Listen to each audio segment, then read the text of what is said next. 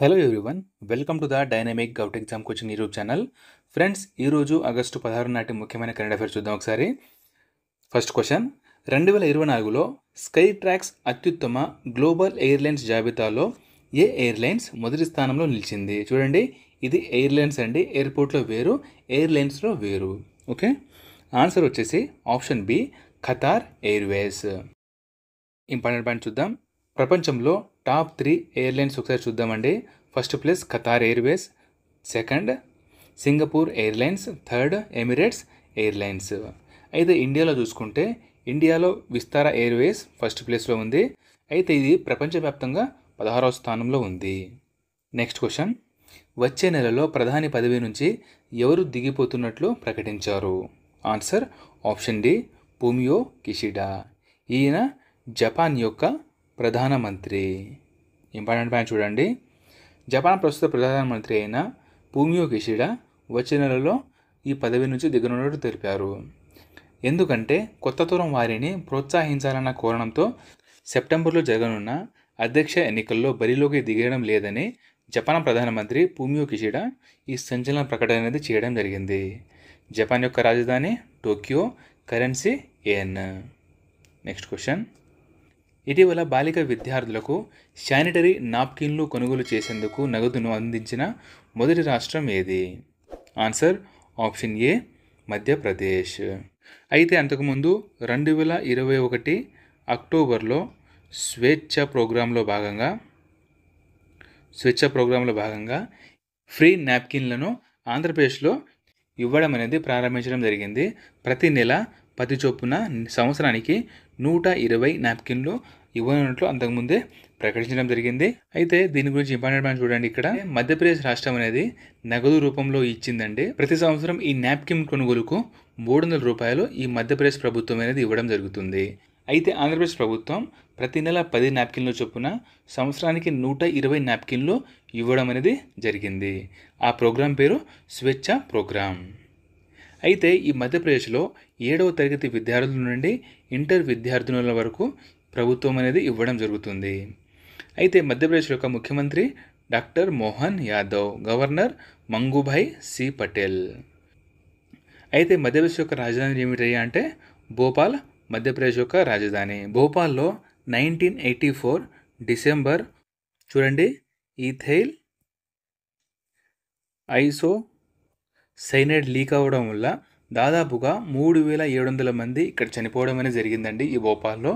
So అది కూడా మనం గుర్తుంచుకోవాలి.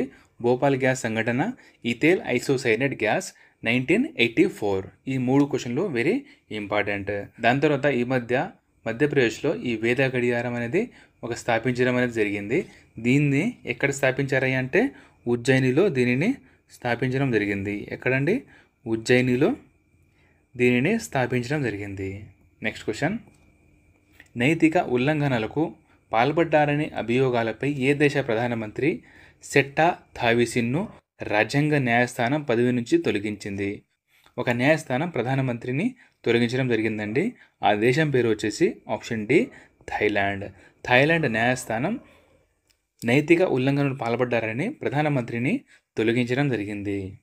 ఇంపార్టెంట్ పాయింట్ చూడండి, అసలు ఏం జరిగిందంటే చూడండి, క్యాబినెట్ పునర్వ్యవస్థీకరణలో భాగంగా థాయిలాండ్ ప్రధాని పిచిత్ చోయన్బాన్ను మంత్రివర్గంలో తీసుకోవడం జరిగింది.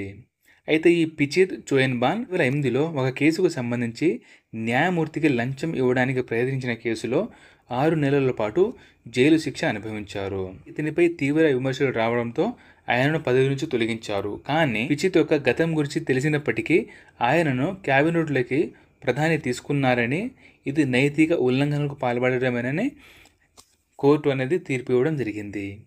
నెక్స్ట్ క్వశ్చన్, ఇటీవల మధుమేహ నివారణ మూలిక అయిన జిమ్నేమా సిల్వెస్ట్రే ఎక్కడ కనుగొనబడింది? చూడండి, జిమ్నేమా సిల్వెస్ట్రే. ఆన్సర్ ఆప్షన్ సి, బీహార్లో. ఇంపార్టెంట్ పాయింట్ చూడండి, బీహార్లోని గయాలో గల బ్రహ్మయోని అడవిలో ఈ మూలికను కనుగొన్నారు. అయితే జిమ్నేమా సిల్వెస్ట్రే యొక్క ఉపయోగం ఏంటంటే బ్లడ్ షుగర్ను తగ్గిస్తుంది. అయితే డయాబెటీస్ అని దేనిని అంటారయ్యా అంటే రక్తంలో చక్కెర శాతం పెరిగితేనే దానిని డయాబెటీస్ లేదా మధుమేహం అని అంటారు. అయితే రక్తంలో గల చక్కెర పేరేమిటయ్యా అంటే గ్లూకోజ్. డయాబెటీస్ను ఏది కంట్రోల్ చేస్తుందయ్యా అంటే ఇన్సులిన్ వేసుకోవడం వల్ల డయాబెటీస్ని కంట్రోల్లో పెట్టవచ్చు. అయితే ఇన్సులిన్ అనేది ఒక హార్మోన్. అయితే షుగర్కు సంబంధించిన ఇంపార్టెంట్ పాయింట్లు చూడండి. బ్లడ్ షుగర్ను గ్లూకోజ్ అంటారు, ఫ్రూట్ షుగర్ను ఫ్రక్టోజ్ అంటారు. ఫ్రక్టోజ్ అనేది అతి తీయనైన చక్కెర. టేబుల్ షుగర్ ఏమిటయ్యా అంటే sucrose. Brain sugar galactose. Milk sugar lactose. So very very important, ఒకసారి గుర్తుంచుకోండి. దాని తర్వాత నెక్స్ట్ క్వశ్చన్, ఇటీవల కేంద్ర హోంశాఖ కార్యదర్శిగా ఎవరు నియమితులయ్యారు? చూడండి, కేంద్ర హోంశాఖ కార్యదర్శి option A Govind Mohan. Important point చూడండి. అయితే ప్రస్తుతం హోంశాఖ కార్యదర్శిగా ఉన్న అజయ్ కుమార్ భల్లా స్థానంలో ఈ గోవింద్ మోహన్ గారు ఉత్తరప్రదేశ్ క్యాడర్కు చెందిన 1989 ఐఏఎస్ ఆఫీసర్. నెక్స్ట్ క్వశ్చన్, ఇటీవల ఎన్ఫోర్స్మెంట్ డైరెక్టర్గా అంటే ఈడీగా ఎవరు నియమితులయ్యారు? Answer Rahul Naveen. Important point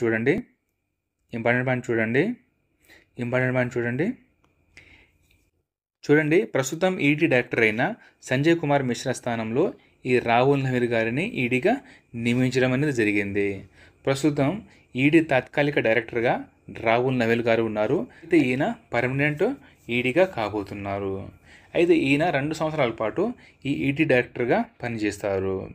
అయితే అంతకు ముందే నవీన్ తాత్కాలిక డైరెక్టర్గా ఉన్నప్పుడే అరవింద్ కేజ్రీవాల్, హేమంత్ సోరెన్లను ఈడీ అరెస్టు చేయడం అనేది జరిగింది. ఇది అందరికీ తెలిసిందే. నెక్స్ట్ క్వశ్చన్, ఇటీవల యుఎన్ఓలో భారత రాయబారిగా ఎవరు నియమితులయ్యారు? Very very very important friends. ఇక్కడ మెయిన్ ఇంపార్టెంట్ ఏమిటంటే ఈయన మన తెలుగువారు అంటే విశాఖపట్నానికి చెందినవారు. ఓకే, విశాఖపట్నానికి చెందినవారు. ఆన్సర్ ఆప్షన్ డి వచ్చేసి పర్వతనేని హరీష్ గారు. ఇంపార్టెంట్ పాయింట్ చూడండి. ప్రస్తుతం జర్మనీలో భారత రాయబారిగా ఉన్న ఈయనను యుఎన్ఓలో భారత ప్రతినిధిగా నియమించాలని కేంద్ర విదేశాంగ శాఖ ప్రజెంట్ నిర్ణయించడం జరిగింది. అయితే ఈయన ఎవరి ప్లేస్లో ఎన్నికవ్వడం జరిగిందయ్యా అంటే రుచిరా కాంబోజ్ గారు జూన్ 1న రిటైర్మెంట్ అయిన తర్వాత ఈయన ప్లేస్తో భర్తీ చేయనున్నారు. అయితే పర్వతనేని హరీష్ గారు చెప్పుకున్న మనం విశాఖపట్నంకు చెందినవారు. ఈయన గారి యొక్క తండ్రి వచ్చేసి పిఎస్పి ప్రసాద్. ఈయన కూడా 1968 బ్యాచ్ ఐఏఎస్ అధికారి. అయితే ఈ పర్వతనేని హరీష్ గారు హైదరాబాద్లోని ఉస్మానియా ఇంజనీరింగ్ కాలేజీలో మెకానికల్ ఇంజనీరింగ్ విభాగంలో ఈయన గోల్డ్ మెడల్ అనేది తీసుకోవడం అనేది జరిగింది. నెక్స్ట్ క్వశ్చన్, ప్రాణాంతక మంకీ ప్యాక్స్ వ్యాప్తిని అంతర్జాతీయ అత్యవసర పరిస్థితిగా ఇటీవల ఎవరు ప్రకటించడం జరిగింది? Answer WHO. అయితే కాంగో సహా ఆఫ్రికాలోని పలు దేశాల్లో ఈ వైరస్కు చెందిన కొత్త వెర్షన్ వ్యాప్తి చెందుతున్నట్లుగా Africa centre for disease control and prevention తెలిపింది. సో ప్రజెంట్ మంకీ ప్యాక్స్ ఎమర్జెన్సీని ఆఫ్రికా ఖండంలో ఎమర్జెన్సీ విధించడం అనేది జరిగింది. ఇవి ఈరోజు నాటి ముఖ్యమైన కరెంట్ అఫైర్స్. ఫ్రెండ్స్, వీడియో కనుక నచ్చితే లైక్ చేసి మీ ఫ్రెండ్స్ అందరికీ షేర్ చేయండి. ఇప్పటిదాకా ఎవరైనా సబ్స్క్రైబ్ చేయకపోతే సబ్స్క్రైబ్ చేసుకోండి. ఇవన్నీ మీకు ఫ్రీగానే మాకు చాలా హెల్ప్ అవుతుంది మరియు సపోర్ట్గా ఉంటుంది. Thank you. జై హింద్.